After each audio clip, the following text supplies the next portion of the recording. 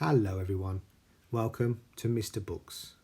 Today I will be reading MOG The Forgetful Cat by Judith Kerr. Once I've finished the story, I'll be asking some questions, so make sure you listen very carefully. MOG The Forgetful Cat. Once there was a cat called Mog. She lived with a family called Thomas. Mog was very nice, but not very clever. She didn't understand a lot of things. A lot of other things she forgot. She was a very forgetful cat.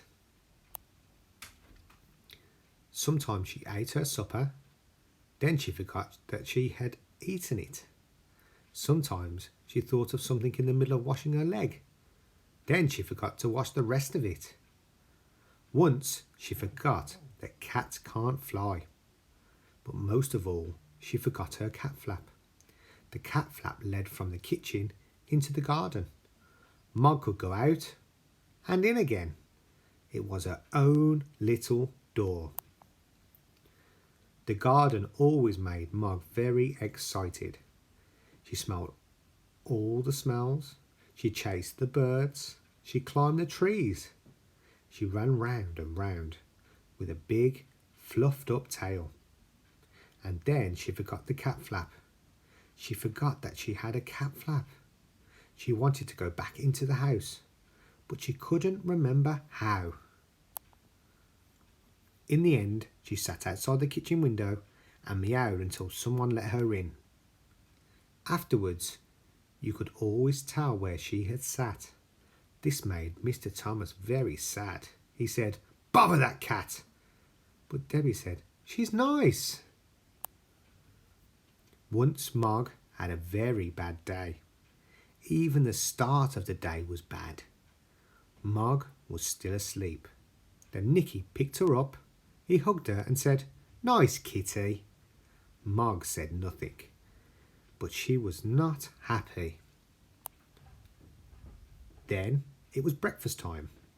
Mog forgot that cats have milk for breakfast. She forgot that cats only have eggs as a treat. She ate an egg for her breakfast.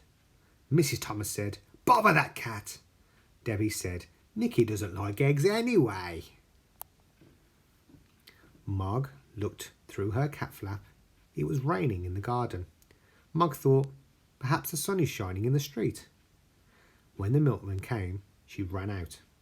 The milkman shut the door. The sun was not shining in the street after all. It was raining. A big dog came down the street. Mog ran. The dog ran too. Mog ran right round the house, and the dog ran after her. She climbed over the fence. She ran through the garden and jumped up outside the kitchen window. She meowed a big meow, very sudden and very loud. Mrs. Thomas said, "Bother that cat." Debbie said, "It wasn't her fault." Mog was very sleepy. She found a nice, warm, soft place and went to sleep. She had a lovely dream. Mog dreamed that she had wings. She could fly everywhere. She could fly faster than the birds, even quite big birds. Suddenly she woke up. Mrs. Thomas said, "Bother that cat." Debbie said, "I think you look nicer without a hat." Debbie gave Mog her supper, and Mog ate it all up. Then Debbie and Nicky went to bed. Mog had a rest too, but Mr. Thomas wanted to see the fight. Mr. Thomas said, "Bother that cat." Mog thought, "Nobody likes me." Then she thought, "Debbie likes me." Debbie's door was open. Debbie's bed was warm. Debbie's hair was soft like kitten fur. Mog forgot that Debbie was not a kitten. Debbie had a dream. It was a bad dream. It was a dream about a tiger. The tiger wanted to eat Debbie. It was licking her hair. Debbie shouted. Mog jumped. Mr. and Mrs. Thomas said, "Bother, bother, bother that cat." Debbie said nothing. She was still crying because of the bad dream. Mog ran out of the room and right through the house and out of her cat flap. She was very sad. The garden was dark. The house was dark too. Mog sat in the dark and thought dark thoughts. She thought, nobody likes me. They've all gone to bed. There's no one to let me in. And they haven't even given me my supper. Then she noticed something. The house was not quite dark. There was a little light moving about. She looked through the window and saw a man in the kitchen. Mog thought, perhaps that man will let me in. Perhaps he will give me my supper. She meowed her biggest meow, very sudden and very, very loud. The man was surprised. He dropped his bag. It made a big noise and everyone in the house woke up. Mr. Thomas ran down to the kitchen and shouted, "A burglar!" The burglar said, "Bother that cat!" Mrs. Thomas telephoned the police. "Debbie, let Mog in," and Nicky hugged her. A policeman came and they told him what had happened. The policeman looked at Mog. He said, "What a remarkable cat. I've seen watchdogs, but never a watch cat. She will get a medal." Debbie said, "I think she'd rather have an egg." Mog had a medal. She also had an egg every day for breakfast. Mr. and Mrs. Thomas told all their friends about her.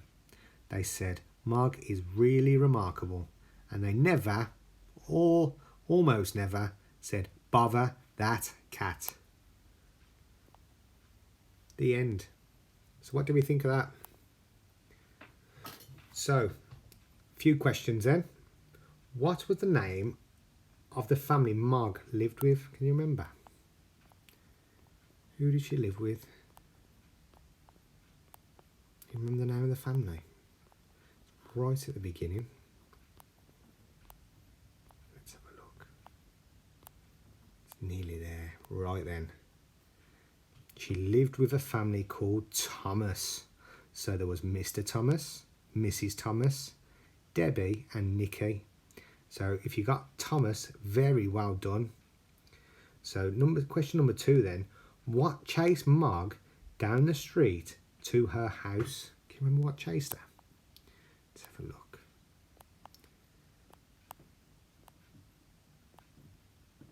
There we go. It was a big dog. And the dog ran all the way to her house, didn't they?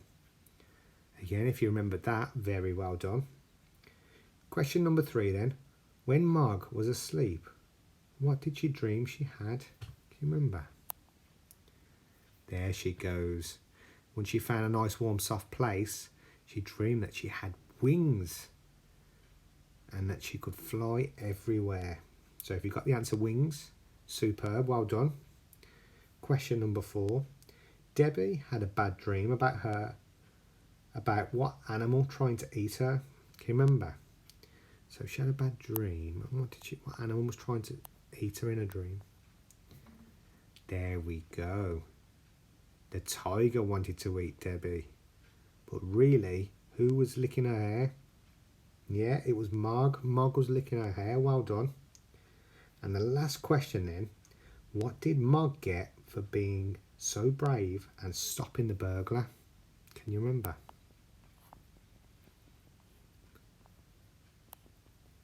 There we go. Mog had a medal for her bravery. So very well done. If you'd liked Mog the Forgetful Cat, then why not watch my other read aloud video called The Tiger That Came to Tea, also by Judith Kerr, and give that one a go. Thank you for listening. Hope you all enjoyed it. Please subscribe for future stories and content. See you soon. Thanks again. Bye.